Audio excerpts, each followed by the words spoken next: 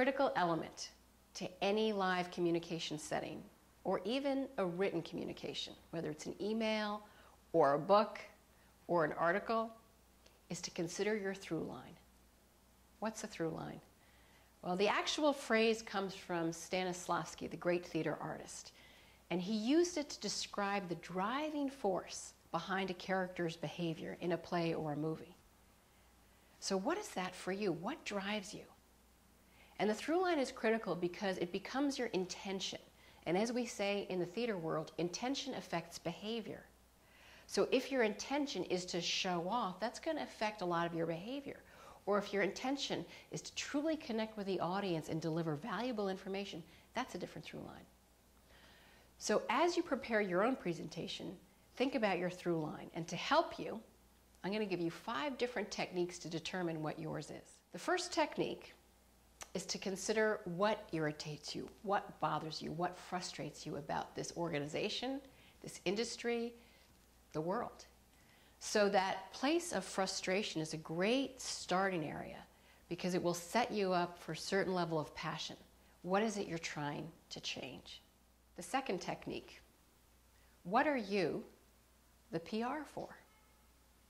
Meaning, if you wanted to be known for something, and perhaps you are already known for something, what is it? What are you the PR for?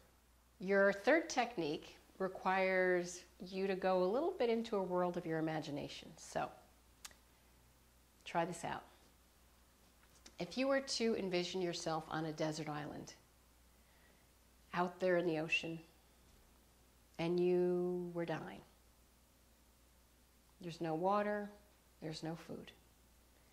And on this island with you is a young person, someone for whom you care deeply. Maybe it's your son or daughter, maybe it's a friend's child, maybe it's a niece or nephew, but someone young and someone ready to hear a piece of advice. And if you could only give that person one piece of advice about how you wanted them to live their life, how you thought they could get the most out of life, or what you thought life was all about, what would that piece of advice be? And that's your through line. Your fourth technique is a quick one. And it's one that I often ask my clients. And here it is. What's the nobility behind your work? Why do you do what you do? Meaning, if you were to look at your life from the moon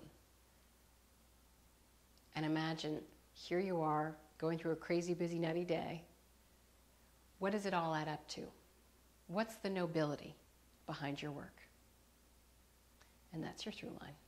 So the fifth and the final technique I want to give you here comes from a quote. And that quote comes from the great writer James Thurber.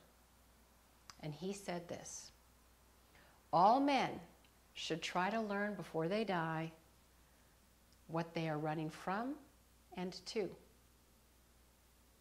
and why.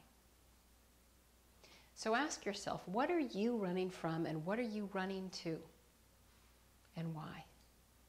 And that will help determine your through line, what you really believe in and what you're trying to do in the world.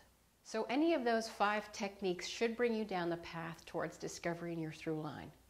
And if you were to go through all 5, you might discover that there's a lot of overlap. If that's the case, that's great, because if what irritates you at work, what you're trying to change, what you really believe in, is also what you think matters if you were to look at life from the moon, that's a great place to be, because ultimately your mission in life, your through line in life, should be aligned with your through line at work. And that's when you know you're on purpose.